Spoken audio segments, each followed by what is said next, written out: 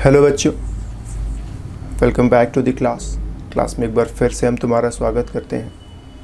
Topic चल रहा है कार्बोक्सिलिक एसिड्स और उनके फंक्शनल डेरिवेटिव्स। इनके ऊपर हमारी बातें चल रही हैं। पिछले क्लास में हम लोगों ने कार्बोक्सिलिक एसिड्स को बनाने के मेथड्स के ऊपर डिस्कशन किया था। आज के क्लास में बारी है कि हम लोग कार्बोक्सिलिक एसिड के प्रॉपर्टीज बोले तो उसकी रिएक्शंस के ऊपर थोड़ी बातें करेंगे। तो रिएक्शंस पर आने से पहले हम लोग ज़रा जस्ट एक छोटा सा पॉइंट,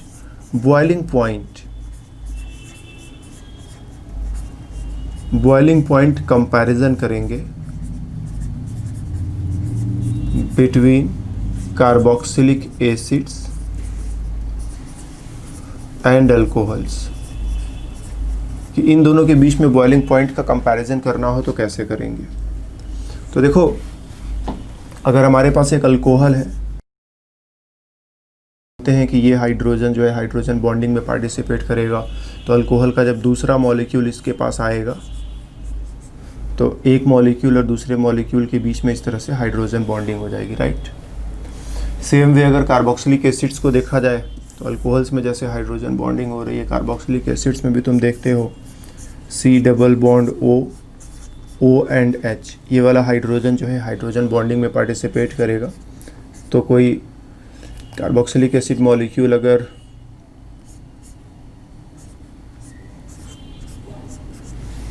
दो कार्बोक्सिलिक एसिड मॉलिक्यूल्स इस तरह से एक दूसरे के पास आ जाए तो ये वाला हाइड्रोजन इस ऑक्सीजन के साथ हाइड्रोजन बॉन्डिंग करेगा। इसको इलेक्ट्रॉन चाहिए, इस पर लोन पेयर है, ये लोन पेयर को अपनी तरफ खींचना शुरू करेगा, जिसको तुम हाइड्रोजन बॉन्डिंग कहते हो। इसको इलेक्ट्रॉन चाहिए, इसके पास लोन पेयर है, ये लोन पेयर को अपनी तरफ खींचना शुरू कर देता है, जिसे हम लोग हाइड्रोजन बॉन्डिंग कहते हैं। तो अल्कोहल्स में जब तुम हाइड्रोजन बॉन्डिंग की बात करोगे तो देखो, ये हाइड्रोजन बॉन्डिंग की बात करोगे तो ये वाला हाइड्रोजन इस ऑक्सीजन से और ये वाला हाइड्रोजन वापस इस ऑक्सीजन से हाइड्रोजन बॉन्ड बना लेगा। तो दो मॉलिक्यूल्स ने एक दूसरे को बहुत ज़ोर से पकड़ रखा है। अल्कोहल्स में भी ठीक है, दो मॉलिक्यूल्स ने एक दूसरे को पकड़ा हुआ है, लेकिन वो बात नहीं है जो यहाँ पर है। ठीक, जैसे किसी को तुमने दोनों हाथों से पकड़ रखा है, एक हाथ छूट भी जाता है तो दूसरा हाथ है ना, तब तक इस हाथ से पकड़े रहेंगे, दोबारा फिर इस हाथ से पकड़ लेंगे, हाथ छूटा फिर इस हाथ से दोबारा पकड़ लेंगे। तो ये दोनों हाथों से पकड़ने के बराबर है और ये एक हाथ से पकड़ने के बराबर है। हाइड्रोजन बॉन्डिंग का जो सिचुएशन बन रहा है, इसमें एक मॉलिक्यूल ने दूसरे मॉलिक्यूल को पकड़ा है, इसमें भी एक मॉलिक्यूल ने दूसरे मॉलिक्यूल को पकड़ा, लेकिन एक मॉलिक्यूल ने दूसरे मॉलिक्यूल को एक हाथ से पकड़ा हुआ है, यहाँ पर दो हाथ से पकड़ा हुआ है, कुछ ऐसा समझ सकते हो। इसकी वजह से दो मॉलिक्यूल एक दूसरे के साथ बहुत अच्छे से मिल करके रहते हैं। हम लोग बोलते हैं डाइमराइजेशन। दो मॉलिक्यूल्स मिला करके साथ में रहते हैं। और इस डाइमराइजेशन कार्बोक्सिलिक एसिड्स होते हैं, उनका बॉइलिंग पॉइंट अल्कोहल्स की तुलना में डेफिनेटली तुलना करते समय हम लोगों को एक बात का ध्यान रखना होगा कि दोनों का मॉलिक्यूलर वेट आसपास हो, मॉलिक्यूलर वेट में बहुत अंतर ना हो। तो मॉलिक्यूलर वेट अगर आसपास है तो कार्बोक्सिलिक एसिड्स का बॉइलिंग पॉइंट अल्कोहल की तुलना में बहुत ज़्यादा होता है। तो इस पॉइंट को तुम ध्यान रखोगे। Now coming to the reactions, carboxylic acids के रिएक्शंस। तो देखो, ये हाइड्रोजन एसिडिक है और एसिडिक हाइड्रोजन है, तो इसके तमाम सारे रिएक्शंस, एक दो रिएक्शंस। एक तो जैसे इसको हम कोई बहुत ही रिएक्टिव मेटल जैसे सोडियम है, तो सोडियम क्या करता है, एसिडिक हाइड्रोजन को डिस्प्लेस कर देता है। तो एक रिएक्शन तुम्हें ये देखने को मिलेगा और ये जो हाइड्रोजन डिस्प्लेस हुआ वो हाइड्रोजन गैस बन जाता है। दूसरा, ये हाइड्रोजन एसिडिक है तो बेसेज के साथ जैसे NaOH के साथ इसका रिएक्शन करा लो, तो Na पर प्लस, OH पर माइनस, यहाँ से निकलेगा H प्लस, यहाँ से मिलेगा OH माइनस, तो ऑक्सीजन को सोडियम के साथ चिपका डालो तो ये सॉल्ट बन जाएगा। तो एसिड और बेस मिलकर के सॉरी यहाँ पर हमें सोडियम लिखना था। तो एसिड और बेस मिलकर के सॉल्ट और वाटर टाइप का बना देंगे। हम वीक बेसेज का भी इस्तेमाल कर सकते हैं, जैसे हम लोग अमोनिया का इस्तेमाल कर ले, तो ये अपना H प्लस अमोनिया को दे देगा, ये NH4 प्लस हो जाएगा। सो RCOO माइनस NH4 प्लस। हम लोग कोई अमीन इस्तेमाल कर सकते हैं, RNH2, ये अपना H प्लस वापस इस नाइट्रोजन को दे देगा। सो RCOO NH2R, इस पर प्लस, इसमें एक हाइड्रोजन ज़्यादा जोड़ दिया है ना, अच्छा ज़्यादा जोड़ा नहीं, भूल गए। NH3, दो हाइड्रोजन और एक एल्किल तो था ही, एक हाइड्रोजन और इसी मिला करके जोड़ दिया इस नाइट्रोजन पर, तो NH3 प्लस हो जाएगा और ऑक्सीजन पर माइनस रहेगा और फिर दोनों को मिला दो तो सॉल्ट बन जाते हैं। तो एसिडिक हाइड्रोजन है, एक्टिव मेटल्स के साथ रिएक्शन करेगा। एसिडिक हाइड्रोजन है, बेस के साथ।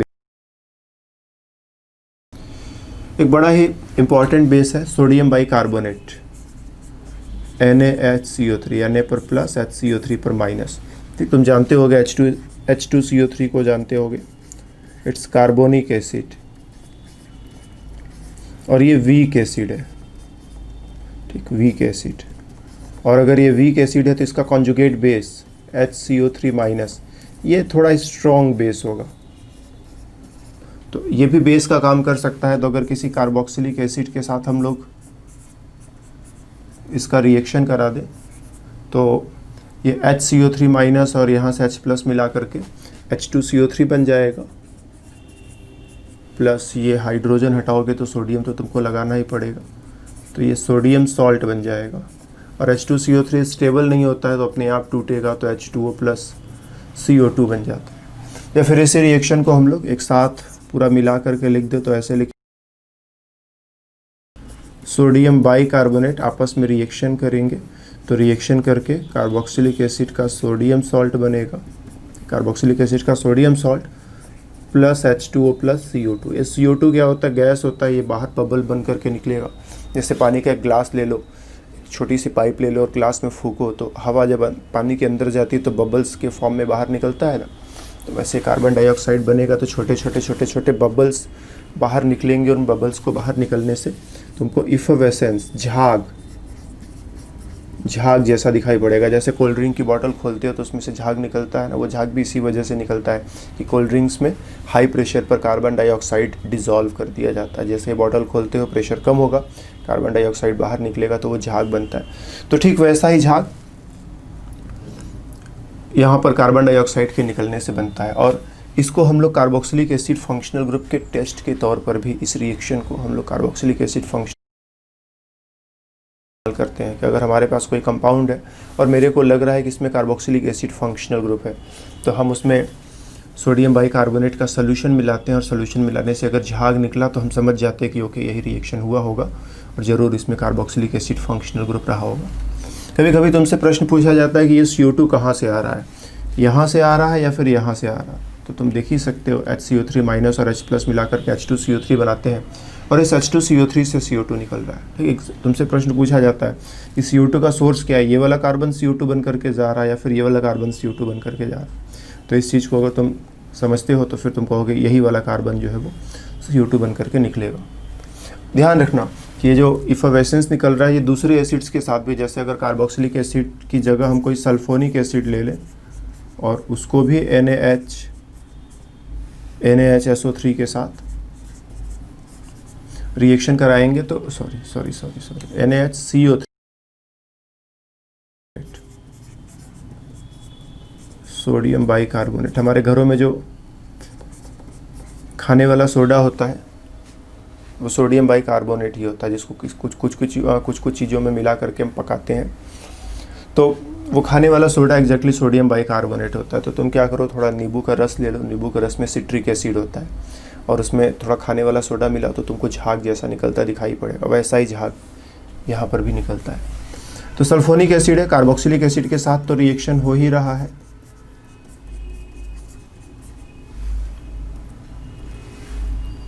NaHCO3 कार्बोक्सिलिक एसिड के साथ रिएक्शन हो ही रहा है, RCOONA plus H2O plus CO2। Sulphonic acid carboxylic acid से स्ट्रॉन्गर एसिड होते हैं तो यहाँ से भी हाइड्रोजन डिस्प्लेस हो जाएगा, ये HCO3 माइनस आएगा, यहाँ से H प्लस लेकर के भाग जाएगा तो RSO3Na।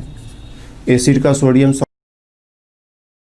प्लस CO2 यहाँ भी निकलेगा। इवन HCl के साथ तुम इसका रिएक्शन कराओ, NaHCO3, HCl भी अपना H प्लस इसको दे देगा तो NaCl बन जाएगा प्लस H2O प्लस CO2। तो ऐसा नहीं कि ये रिएक्शन केवल कार्बोक्सिलिक एसिड ही देगा, सल्फोनिक एसिड और HCl वगैरह जो भी इससे स्ट्रॉन्गर एसिड है सब रिएक्शन में पार्टिसिपेट करेंगे।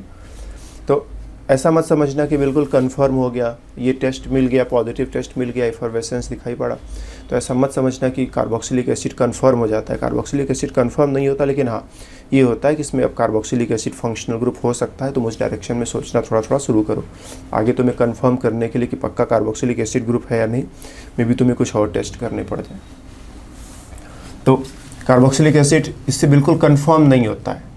हाँ, ये है कि कार्बोक्सिलिक एसिड हो सकता है, क्योंकि कार्बोक्सिलिक एसिड भी इस रिएक्शन में पार्टिसिपेट करता है और दूसरे एसिड्स भी इस रिएक्शन में पार्टिसिपेट करते हैं। तो सोडियम बाइकार्बोनेट के साथ इफरवेसेंस देने पर यह होता है कि हमारे कंपाउंड में एसिडिक फंक्शनल ग्रुप, दो ही एसिडिक फंक्शनल ग्रुप्स हैं, एक तो कार्बोक्सिलिक एसिड है, दूसरा सल्फोनिक एसिड है। तो अगर सल्फर नहीं है, मान लो ऑर्गेनिक कंपाउंड का टेस्ट किया, उसमें सल्फर नहीं दिखाई पड़ रहा है, सल्फर नहीं दिखाई पड़ रहा है मतलब सल्फोनिक एसिड तो हो ही नहीं सकता, फिर कार्बोक्सिलिक एसिड की डायरेक्शन में तुम बढ़ सकते हो कि हाँ हमारे ऑर्गेनिक कंपाउंड में कार्बोक्सिलिक एसिड फंक्शनल ग्रुप रहेगा।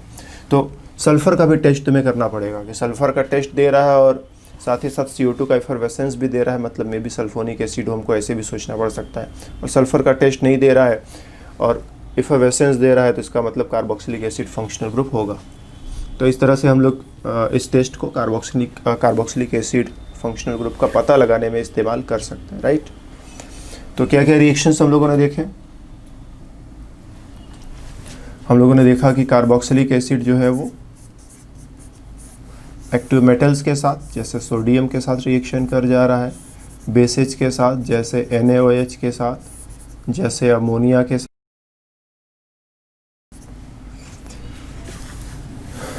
NaHCO3 के साथ, इनके साथ रिएक्शन कर जा रहा है। जो जो प्रोडक्ट्स बना वो तुमने देखा ही। ओके, आगे बढ़ते हैं। कार्बोक्सिलिक एसिड का एक दूसरा रिएक्शन COOH, इस ग्रुप को हटा करके कोई न्यूक्लियोफाइल ला करके यहाँ पर जोड़ा जा सकता है। बोले तो न्यूक्लियोफिलिक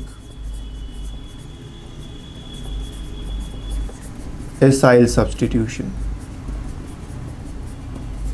तो पिछले बहुत सारे क्लासेस में हम लोगों ने न्यूक्लियोफिलिक एसाइल सब्स्टिट्यूशन पर बातें करी है। एसिल क्लोराइड पढ़ा था, तब भी न्यूक्लियोफिलिक एसाइल सब्स्टिट्यूशन के बारे में पढ़ा था। फिर एनहाइड्राइड को पढ़ा, फिर एस्टर्स को पढ़ा, फिर अमाइड्स को पढ़ा, और सभी में हमारा मेजर डिस्कशन यही था कि कोई न्यूक्लियोफाइल आता है और यहाँ पर जो ग्रुप रहेगा उसको हटा करके चला जाता। तो कार्बोक्सिलिक एसिड में भी इस ग्रुप को हटा करके यहाँ पर तमाम तरह के न्यूक्लियोफाइल्स तुम लगा सकते हो। जैसे हम लोग एसिड का रिएक्शन कह दो किसी अल्कोहल से करा दें, ROH, इसको ऐसे इधर से घुमा कर लिखते हैं ना, ऐसे लिख देते हैं HOR'। तो होगा क्या, देखो यहाँ से ये OH और यहाँ से ये H बाहर निकलेगा, फिर इस OR को ला करके इस कार्बन पर जोड़ दो। तो RCOOR' प्लस इसका OH और इसका H मिला करके पानी का मॉलिक्यूल यहाँ बाहर लिख दो। रिएक्शन बैलेंस हो जाएगा। रिएक्शन को करने के लिए एसिडिक मीडियम की ज़रूरत पड़ेगी। ठीक, OH उतना अच्छा लिविंग ग्रुप होता नहीं, तो इसको अच्छा लिविंग ग्रुप बनाने के लिए पर्टिकुलरली हमको एसिडिक मीडियम की ज़रूरत पड़ेगी। बिना एसिडिक मीडियम की ये रिएक्शन नहीं हो पाएगा, सीधे सीधे कराओगे तो रिएक्शन नहीं हो पाएगा। तो मैं एसिडिक मीडियम की ज़रूरत पड़ेगी क्योंकि अच्छा लिविंग ग्रुप नहीं है। तो इस तरह से कार्बोक्सिलिक एसिड को अल्कोहल के साथ रिएक्शन करके एस्टर बना सकते हो। ऐसा भी हो सकता है कि एक ही मॉलिक्यूल में कार्बो ग्रुप साथ में हो और जस्ट एसिडिक मीडियम लो, थोड़ा सा हीट करो, ये यहाँ पर जा कर के रिएक्शन करेगा और ये बाद में निकल जाएगा। तो 1 2 3 4 5 मेंबर्ड रिंग टाइप का बनता हुआ तुमको दिखाई पड़ेगा। मतलब कुछ साइक्लिक एस्टर प्लस H2O। तो दो अलग अलग मॉलिक्यूल्स के बीच में रिएक्शन हो सकता है, या फिर एक ही मॉलिक्यूल में दोनों फंक्शनल ग्रुप्स प्रेजेंट है, दोनों के बीच में रिएक्शन होता हुआ इस तरह का साइक्लिक एस्टर भी बनाया जा सकता है। तो एस्टर फॉर्मेशन सेम वे में, अगर हमारे पास कोई कार्बोक्सिलिक एसिड है, इस OH को हम क्लोरीन से डिस्प्लेस करा सकते हैं। रिएक्शन में हमको SOCl2 या फिर PCl5 या फिर PCl3, इनमें से किसी एक का एक ही लाइन में लिख देते हैं ना, ज़्यादा जगह से खा जा रहा है। SOCl2 थायोनिल क्लोराइड 3, इनमें से किसी का भी इस्तेमाल करोगे तो ये OH डिस्प्लेस हो जाएगा, इसके बदले में क्लोरीन आ जाएगा। बैलेंस रिएक्शन चलो तुम्हारे लिए लिख देते हैं। तो कार्बोक्सिलिक एसिड प्लस SOCl2 दोनों मिल करके COCl plus HCl plus sulphur dioxide, 2 chlorine है ना, तो ये क्लोरीन यहाँ चला गया, क्लोरीन HCl में चला गया, और ये जो ऑक्सीजन और ये सल्फर और ऑक्सीजन मिला करके SO2 बना देंगे। कुछ ऐसा रिएक्शन हम लोगों ने बिल्कुल ऐसा रिएक्शन हम लोगों ने अल्कोहल चैप्टर में भी पढ़ा था कि अल्कोहल्स में भी जो OH ग्रुप होता है उस OH को अगर हम SOCl2 PCl5 या PCl3 वगैरह से रिएक्शन करा देते हैं तो OH के बदले में क्लोरीन आ जाता है। तो एग्जैक्टली उसी रिएक्शन का रिपीटिशन है और कुछ नया नहीं है। सो PCl5 के साथ रिएक्शन करा लो, तो PCl5 के साथ रिएक्शन करा करके भी RCOCl plus HCl plus PO के साथ रिएक्शन कराओगे, इसके कार्बोक्सिलिक एसिड का रिएक्शन PCl3 के साथ कराओगे तो भी RCOCl, इसके 3 मॉलिक्यूल्स लोगे, 3 मॉलिक्यूल्स बनेंगे प्लस H3PO3। ठीक, इन रिएक्शंस को अपनी तरफ से लिख करके इत्मीनान से इनके बैलेंस के बारे में सोचना कि रिएक्शंस बैलेंस्ड है कि नहीं। फिर कार्बोक्सिलिक एसिड के इस OH के बदले में तुम NH2 लगा सकते हो, अमाइड बन जाएगा। करना क्या होगा, अमोनिया मिलाना होगा और अच्छे से हीट करना पड़ेगा, हीट स्ट्रांगली। तो जब कार्बोक्सिलिक एसिड में तुम अमोनिया मिलाओगे तो अमोनिया सबसे पहले यहाँ पर रिएक्शन नहीं करेगा, वो इस H के साथ रिएक्शन करेगा, H प्लस इसको दे देगा। जब H प्लस इसको दे देगा तो ये बन जाएगा कार्बोक्सिलिक एसिड का अमोनियम सॉल्ट बन जाएगा। फिर इसको तुम खूब अच्छे से हीट करोगे 200 डिग्री सेल्सियस पर, तब जा करके इसमें से अमोनिया वापस बाहर निकलेगा और निकल करके घूम करके इसी के ऊपर रिएक्शन करेगा और रिएक्शन करेगा तो CONH2 प्लस वाटर कुछ ऐसा अमाइड बनाया जा सकता है। तो अमोनिया के साथ हीट करके हम लोग अमोनिया के साथ अच्छे से हीट करेंगे तो कार्बोक्सिलिक एसिड जो है वो अमाइड में कन्वर्ट किया जा सकता है। और इसके अलावा कार्बोक्सिलिक एसिड में पीछे जो कार्बन चेन लगा हुआ है, इस कार्बन चेन पर भी हम लोग थोड़ी बातें करें। ज़्यादा छोटा छोटा लगता है लिख दिया, थोड़ा सा बड़ा लिखते हैं ना, एक बाद में तुमको दिखेगा नहीं।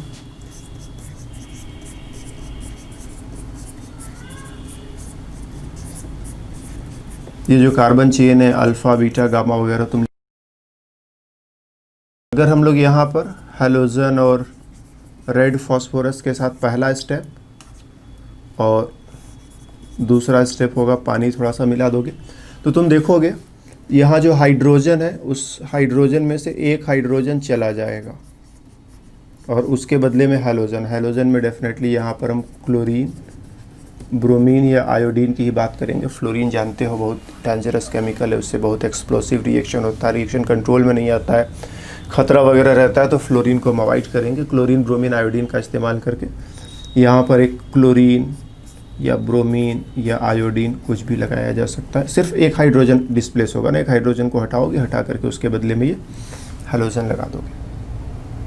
इस रिएक्शन को हम नाम देते हैं हेल वोल्हार्ट जेलिंस्की, शॉर्ट में लिखते हैं HVZ। ये कार्बोक्सिलिक एसिड है, अल्फा कार्बन पर कम से कम एक हाइड्रोजन तो होना चाहिए, हाइड्रोजन प्रेजेंट है और इसको रेड फॉस्फोरस और हैलोजन के साथ रिएक्शन कराओगे, फिर थोड़ा बाद में पानी मिला दोगे तो तुमको ये चीज़ देखने को मिलेगा। रिएक्शन हुआ कैसे, इसके मैकेनिज्म पर भी हम थोड़ी बातें करेंगे। तो देखो तुमने क्या लिया है, हैलोजन लिया है और फॉस्फोरस लिया है, ये दोनों मिला करके PX3 बना लेंगे ना। रिएक्शन बैलेंस करने के बारे में अपने से सोच लेना। फिर ये PX3 क्या करेगा, कह दो तुम्हारे पास एक कार्बोक्सिलिक एसिड ऐसा है जिसमें यहाँ पर 2 अल्फा हाइड्रोजन भी है, तो ये PX3 जब आएगा इसके साथ रिएक्शन करेगा तो पहले इस OH को डिस्प्लेस कर देगा, तो ये हो गया CH2COX हो गया। जैसे अगर यहाँ पर क्लोरीन रहता तो ये PCl3 हो जाता और PCl3 का तो हम इसके साथ रिएक्शन करा देते तो ये एसिल क्लोराइड बन गया। अब इसमें यहाँ से निकल करके ऑक्सीजन के पास चला जाएगा और जब ऑक्सीजन के पास चला जाएगा तो ये OH और ये Cl, फिर ये इलेक्ट्रॉन रिटर्न करेगा और इधर पाई बॉन्ड कमज़ोर होगा, टूट जाएगा, इलेक्ट्रॉन वापस कार्बन के पास जाएगा। जब कार्बन के पास इलेक्ट्रॉन आएगा तो ये उसी समय हैलोजन के एक मॉलिक्यूल से रिएक्शन कर डालेगा, अपना इलेक्ट्रॉन डोनेट करेगा क्लोरीन को, क्लोरीन के पास वैकेंट डी ऑर्बिटल्स होते हैं तो अपना इलेक्ट्रॉन क्लोरीन को देगा, क्लोरीन इसके साथ रिएक्शन कर रहा है और ये वाला क्लोरीन नाराज होकर के इलेक्ट्रॉन लेकर के भाग जाएगा। तो ये क्लोरीन जो है कार्बन के साथ, तो you have R C H chlorine, single bond हो जाएगा, ऑक्सीजन डबल बॉन्ड बना लेगा, फिर पीछे से H को हटा देना, अब इतना तो तुम समझोगे ही, तो तुम यहाँ तक पहुँचोगे। फिर जब बाद में इसमें पानी मिलाओगे तो तुम जानते हो एसिल क्लोराइड्स बड़े रिएक्टिव होते हैं, ये क्लोरीन यहाँ से डिस्प्लेस हो जाएगा और क्लोरीन के डिस्प्लेस होने की वजह से ये COOH वापस बन जाएगा। तो नेट रिजल्ट ये हुआ कि अगर तुम यहाँ से यहाँ तक देखो तो कैसे हुआ, तो क्लोरीन और फास्फोरस ने मिलाकर PCl3 बनाया, PCl3 ने इस ऑक्सीजन को डिस्प्लेस करके एसिल क्लोराइड बना दिया, फिर यहाँ से टॉटोमेरिज्म कराया। टॉटोमेरिज्म इसमें नहीं हो पाता ना, इसीलिए ये रिएक्शन हम लोगों को करना पड़ा। टॉटोमेरिज्म यहाँ पर तुम नहीं कर पाओगे, टॉटोमेरिज्म यहीं पर होगा। तो H यहाँ से यहाँ गया, टॉटोमेरिज्म हुआ, इनॉल टाइप का कुछ बना, इसने इलेक्ट्रॉन रिटर्न किया, इलेक्ट्रॉन कार्बन को मिला, कार्बन के पास इलेक्ट्रॉन क्लोरीन के पास, फिर इसको इधर दिया और ये CHCl हो जाएगा। तो यहाँ पर क्लोरीनेशन हो गया और फिर इस क्लोरीन को हटाकर OH लगाना है, तो इसीलिए बाद में हमने पानी मिला दिया था ताकि पानी मिला करके हम यहाँ तक पहुँच सकें। तो यही रिएक्शन है जिसको तुम कहते हो HVZ रिएक्शन। तो यही थोड़े से रिएक्शंस हैं जो कार्बोक्सिलिक एसिड्स में हम लोग पढ़ते हैं। इसके अलावा डायरेक्टली कार्बोक्सिलिक एसिड तो नहीं, कार्बोक्सिलिक एसिड के सॉल्ट्स, एक और बहुत ही इम्पॉर्टेंट रिएक्शन डीकार्बोक्सिलेशन। जैसे सपोज अपने पास कार्बोक्सिलिक एसिड का सोडियम सॉल्ट है, ये रिएक्शन डायरेक्ट लिया, इसको NaOH और CaO कैल्शियम ऑक्साइड, इन दोनों का जो मिक्सचर होता है, इस मिक्सचर को तुम कहते हो सोडा लाइम। सोडियम हाइड्रोक्साइड और कैल्शियम ऑक्साइड का जो मिक्सचर है इसको कहते हैं सोडा लाइम। तो कार्बोक्सिलिक एसिड का सोडियम सॉल्ट लिया और इधर सोडा लाइम लिया, सब कुछ सॉलिड स्टेट में रहेगा, सब कुछ सॉलिड सॉलिड सॉलिड, ये सब सॉलिड है, ये भी सॉलिड है, ये सब भी सॉलिड स्टेट में है, पानी नहीं होना चाहिए। कैल्शियम ऑक्साइड स्पेशली इसीलिए लिया है क्योंकि कैल्शियम ऑक्साइड क्या करता है, पानी को खींच लेता है। तो थोड़ा बहुत मॉइस्चर, थोड़ी बहुत नमी, थोड़ा बहुत पानी अगर प्रेजेंट भी है तो कैल्शियम ऑक्साइड उसको खींच ले जाएगा। अब इसको स्ट्रांगली हीट करो, स्ट्रांगली हीट करो, तो कैल्शियम ऑक्साइड को कुछ नहीं करना, ये ऐसे ही पड़ा रहेगा। तुम कह दो ये इतना पार्ट देखो बाहर निकल गया और इस सॉरी इतना नहीं, थोड़ा और, ये इतना पार्ट इसमें से बाहर निकल गया, H को ले जाकर इस R में जोड़ दो, तो RH अल्किल ग्रुप और हाइड्रोजन मिला करके एक एल्केन बना, प्लस इन सबको साथ में मिला दो तो Na2CO3। कैल्शियम ऑक्साइड को कुछ नहीं होना है, जैसे था वैसे अभी भी पड़ा हुआ है, तो एक एल्केन बन जाएगा। तो डीकार्बोक्सिलेशन मतलब कार्बोक्सिलिक एसिड ग्रुप को हटाना। कार्बोक्सिलिक एसिड ग्रुप देखो यहाँ से हट गया। जैसे हम लोग एक एग्जांपल लें, सपोज अपने पास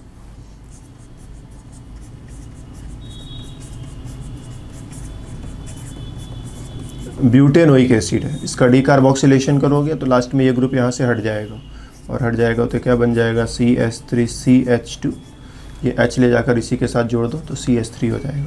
CO2 बाहर निकल गया और डायरेक्ट सीधे नहीं निकाला है, सबसे पहले इसको NaOH से रिएक्शन कराओगे, NaOH से रिएक्शन कराओगे तो ये बदल जाएगा अपने सोडियम सॉल्ट में। फिर उसके बाद जब इसको तुम सोडा लाइम के साथ स्ट्रांगली हीट करोगे तब जाकर के डीकार्बोक्सिलेशन होगा और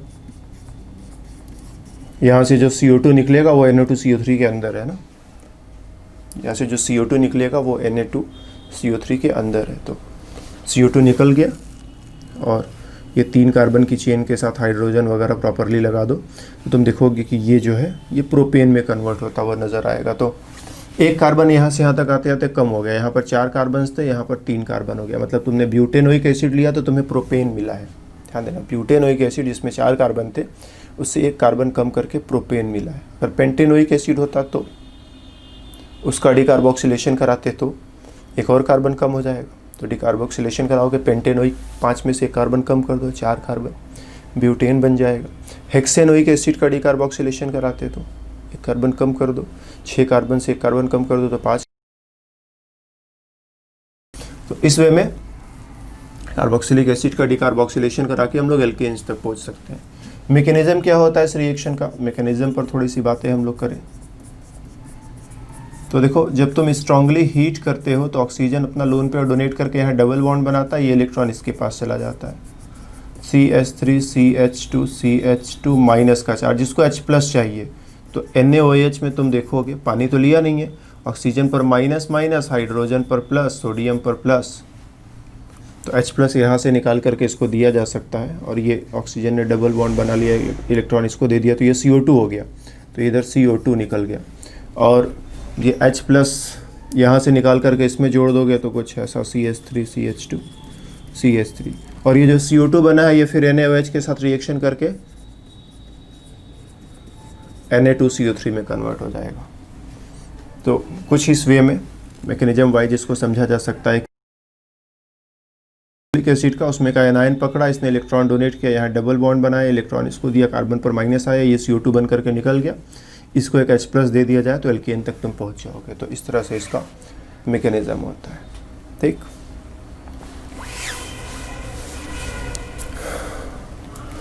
और एक खास पॉइंट, अगर अपने पास बीटा कीटो एसिड्स रहे, जैसे कीटोन ग्रुप हो गया और यहाँ पर कार्बोक्सिलिक एसिड, ये अल्फा कार्बन, ये beta carbon, beta keto acids, इनको बस तुम थोड़ा सा हीट करो, माइनस CO2 अपने आप निकल जाएगा, और इस H को निकाल करके इस वाले कार्बन पर चिपका दो, इसको हम ऐसे लिख दें CH3 CH2 CH2CO CH2COOH। ठीक, तुमने हीट किया, ये CO2 यहाँ से निकला, इस H को उठा करके इसमें चिपका दो, तो CH3 CH2 CH2 COCH। कीटो एसिड्स का डिकार्बोक्सिलेशन बहुत आसानी से हो जाता है, बहुत आसानी से हो जाता है। क्यों बहुत आसानी से हो जा रहा है?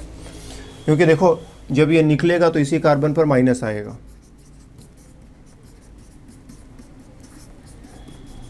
ठीक, सबसे पहले इसमें से H प्लस निकाल दो, H प्लस निकला तो ऑक्सीजन पर माइनस, फिर इसने इलेक्ट्रॉन यहाँ डोनेट किया, इसने इलेक्ट्रॉन यहाँ डोनेट किया, मतलब ये इलेक्ट्रॉन यहाँ डोनेट किया तो डबल बॉन्ड बना, या इलेक्ट्रॉन यहाँ उठाकर रख दिया तो कार्बन पर माइनस का चार्ज आएगा।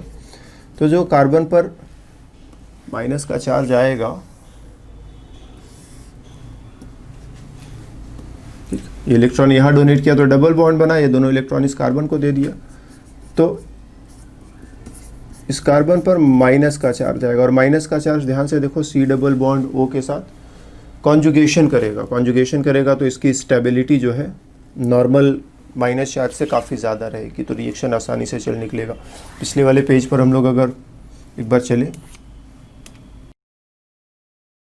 तो यहाँ पर देखो माइनस के चार्ज को स्टेबलाइज करने के लिए कुछ भी नहीं है, राइट, यहाँ से CO2 निकला, कार्बन पर माइनस आया, इसको स्टेबल बनाने के लिए कुछ भी नहीं है, और इस बार क्या है, फिर से माइनस आया और C डबल बॉन्ड O उसको स्टेबल बनाएगा, तो ये रिएक्शन आसानी से चल निकलेगा, फिर इसको एक H प्लस दे देना, तुम यहाँ पर पहुँच जाओगे। तो ये रिएक्शन या बीटा कीटो एसिड्स का डिकार्बोक्सिलेशन, ठीक, नॉर्मल एसिड्स की तुलना में बीटा कीटो एसिड्स का डिकार्बोक्सिलेशन आसानी से हो जाता है। तो क्यों आसानी से हो जाता है? तो एक रीजन ये दे सकते हैं कि डिकार्बोक्सिलेशन के बाद कार्बन पर जो निगेटिव चार्ज आएगा, इस कार्बन पर ये negative charge C double bond O के साथ रेजोनेंस करेगा, और रेजोनेंस करके डिकार्बोक्सिलेशन को हम लोग, रेजोनेंस की वजह से इसकी स्टेबिलिटी बढ़ जाएगी, और स्टेबिलिटी बढ़ जाने की वजह से रिएक्शन आसानी से होगा, और हम बोलेंगे कि डिकार्बोक्सिलेशन आसानी से हो जा रहा है। और इसी तरह से सपोज ये अपना कार्बन चेन है, यहाँ पर कार्बोक्सिलिक एसिड ग्रुप लगा हुआ है, ठीक, यहाँ पर अगर कोई अच्छा सा इलेक्ट्रॉन विड्रॉइंग ग्रुप जोड़ दिया, पर निगेटिव चार्ज आएगा, और ये electron withdrawing group negative charge को स्टेबल बनाएगा, तो ऐसे सिचुएशन में भी कार्बोक्सिलिक एसिड का डिकार्बोक्सिलेशन आसानी से हो जाएगा। जस्ट इसको तुम हीट कर दो और तुम देखोगे कि COOH में से CO2 बाहर निकल गया, और यहाँ पर बचा H। तो इसका भी डिकार्बोक्सिलेशन, यहाँ पर अच्छा इलेक्ट्रॉन विड्रॉइंग ग्रुप जैसे कुछ नाइट्रो लगा दो या जैसे कुछ साइनो लगा दो, तो इन दैट सिचुएशन तुम देखोगे कि इसका डिकार्बोक्सिलेशन बहुत ही आसानी से जल्दी होता चला जा रहा है। पिछले क्लास में हम लोगों ने मैलोनिक एसिड को देखा था, एक बार फिर से उसको देखते हैं, COOH COOH, ठीक, एक कार्बन दोनों तरफ कार्बोक्सिलिक एसिड, मैलोनिक एसिड इसको तुम कहते हो। और हम लोगों ने पिछले क्लास में कहा था कि दो कार्बोक्सिलिक एसिड ग्रुप एक ही कार्बन पर रहते हैं, तो तुम हीट करते हो जल्दी से CO2 निकल जाता है। तो रीजन क्या है कि जब ये CO2 क्या, तो जाएगा और माइनस का चार्ज इसकी वजह से थोड़ा स्टेबल रहेगा क्योंकि इलेक्ट्रॉन विथड्रॉइंग ग्रुप है, इसीलिए डिकार्बोक्सिलेशन आसानी से हो जाता है। और जस्ट हीट करने से CH3OOH प्लस CO2, ठीक है, ये वाला H निकाल करके यहाँ से इसमें चिपका देना तो ये CH3 हो जाएगा, CH3COOH। तो इस तरह के डाई कार्बोक्सिलिक एसिड्स जिनमें दोनों कार्बोक्सिलिक एसिड एक ही कार्बन पर रहते हैं, जस्ट हीट करने से जल्दी से इसमें से CO2 निकल जाता है, जल्दी से डिकार्बोक्सिलेशन हो जाता है। तो डिकार्बोक्सिलेशन वैसे अपने आप में एक डिफ़िकल्ट रिएक्शन है, लेकिन कुछ खास सिचुएशंस में जब बीटा पोजीशन पर ऐसे ग्रुप हो कुछ जो इलेक्ट्रॉनों को विड्रॉ करके नेगेटिव चार्ज को स्टेबलाइज कर सकते हैं, तो ऐसे सिचुएशन में हमारा डिकार्बोक्सिलेशन आसानी से हो जाता है। जैसे हम लोगों ने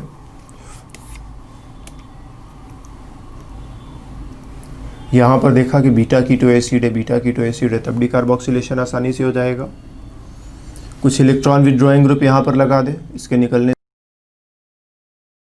आसानी से हो जाएगा। और एक ही कार्बन पर दो कार्बोक्सिलिक एसिड ग्रुप है तो इसके निकलने से इस पर जो नेगेटिव चार्ज आएगा दूसरा वाला कार्बोक्सिलिक एसिड ग्रुप उसको स्टेबलाइज करेगा, तो भी डिकार्बोक्सिलेशन आसानी से हो जाएगा। इसके अलावा एक और रिएक्शन डिकार्बोक्सिलेटिव इलेक्ट्रोलाइसिस, या फिर इसी को हम लोग नाम से कोल्बे इलेक्ट्रोलाइसिस नाम से भी जानते हैं।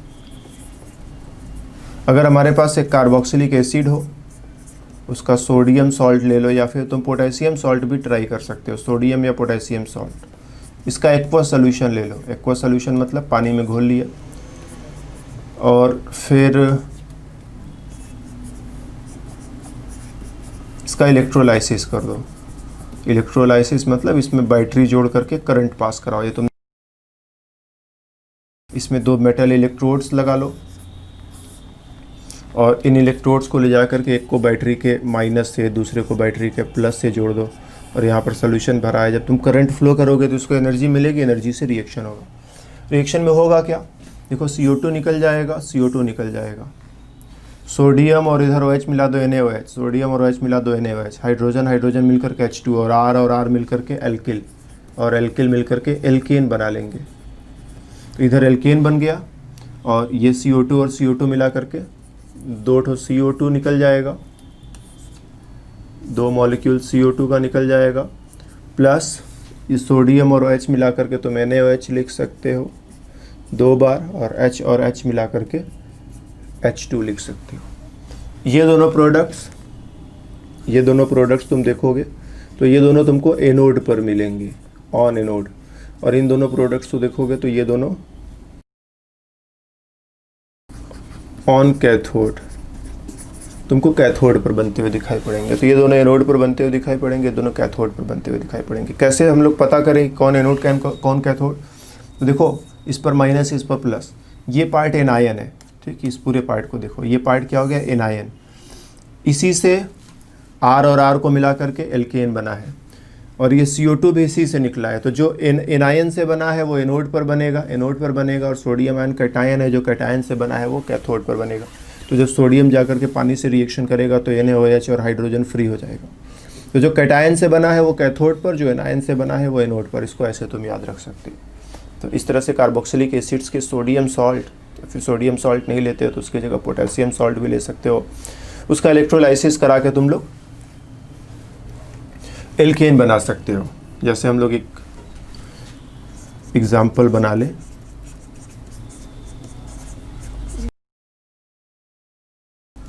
इसी का एक और मॉलिक्यूल लिख लो, फिर से हो गया सोडियम सॉल्ट, 2 मॉलिक्यूल्स पानी के, इलेक्ट्रोलाइसिस, पानी में सोल्यूशन ही बनाया है तो पानी तो खूब सारा रहेगा। इलेक्ट्रोलाइसिस करोगे तो ये वाला एल्किल ग्रुप जोड़ दो तो 2 कार्बन और 2 कार्बन मिला करके 4 कार्बन का ब्यूटेन बन जाएगा, plus 2 CO2 plus 2 NaOH plus 1 hydrogen molecule. ये दोनों सोडियम पर प्लस है, ऑक्सीजन पर माइनस है। सोडियम की वजह से ही ये दोनों बने हैं। सोडियम ही जाके कह दो पानी से रिएक्शन करेगा तो NaOH और हाइड्रोजन, तो ये दोनों ऑन कैथोड, जो कैटायन से बनेगा कैथोड पर, ध्यान देना कैटायन जिस इलेक्ट्रोड पर जाता है उसे कैथोड कहते हैं और वहीं पर रिएक्शन करता है, फिर वहीं पर अपने प्रोडक्ट्स को बनाता है। तो सोडियम आयन कैटायन है, कैथोड पर जाएगा तो उससे ये दोनों रिएक्शंस बनेंगे और ये तो इससे ये दोनों बनेंगे। These are on anode. Even एक और एग्जांपल लेते हैं, COONA प्लस 2H2O, इसका इलेक्ट्रोलाइसिस करा लिया। देखो यहीं से सोडियम पर प्लस, ऑक्सीजन पर माइनस, ये CO2 निकला, ये CO2 निकला और इस कार्बन के बीच में एक डबल बॉन्ड बना लो। ये थोड़ा कुछ कम लिख दिया ना, CH2 होना चाहिए था, CH2 double bonded CH2 plus twice CO2 plus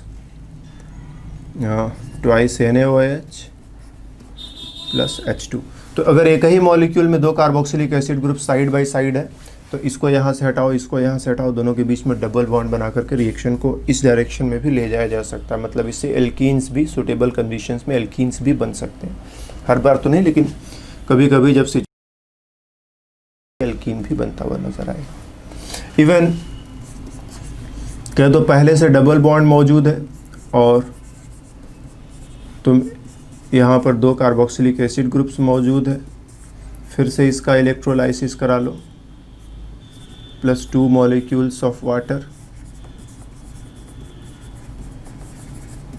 electrolysis, ये CO2 निकलेगा, यहाँ से ये हट गया, यहाँ से ये हट गया और यहाँ पर एक ट्रिपल बॉन्ड बना डालोगे तो CH triple bond CH plus twice CO2 plus twice NaOH plus hydrogen. तो डबल बॉन्ड पहले से है तो ट्रिपल बॉन्ड की डायरेक्शन में भी इस रिएक्शन को ले जाया जा सकता है। So that's all. यही सारे रिएक्शंस हैं कार्बोक्सिलिक एसिड्स के जो हम लोगों ने डिस्कस किए। क्या क्या रिएक्शंस हम लोगों ने देखे, तो हम लोगों ने देखा कि एसिडिक हाइड्रोजन है उसको एक्टिव मेटल के साथ रिएक्शन करा सकते हैं, बेसिस के साथ रिएक्शन करा सकते हैं। फिर OH ग्रुप को हटा करके उसके बदले में अल्फा हाइड्रोजन हटाकर वहाँ हाइड्रोजन लगा सकते हैं। फिर एक रिएक्शन देखा डीकार्बोक्सिलेशन कर सकते हैं और लास्ट में ये कोल्बे इलेक्ट्रोलाइसिस देखा कि कोल्बे इलेक्ट्रोलाइसिस करके हम लोग कार्बन कार्बन बॉन्ड बना करके कभी एल्केन, कभी एल्कीन, कभी एल्काइन भी बना सकते हैं। तो इस क्लास में हमारी तरफ से इतना ही। कार्बोक्सिलिक एसिड और उसके डेरिवेटिव्स पूरी तरह से हमारी तरफ से समाप्त किए जाते हैं। कार्बोक्सिलिक एसिड और उसके डेरिवेटिव्स पर जो बातें हमें कहनी थी वो हमने कह दी। अब हम लोग मिलेंगे किसी दूसरे चैप्टर में, दूसरे टॉपिक पर। तब तक के लिए बाय बाय।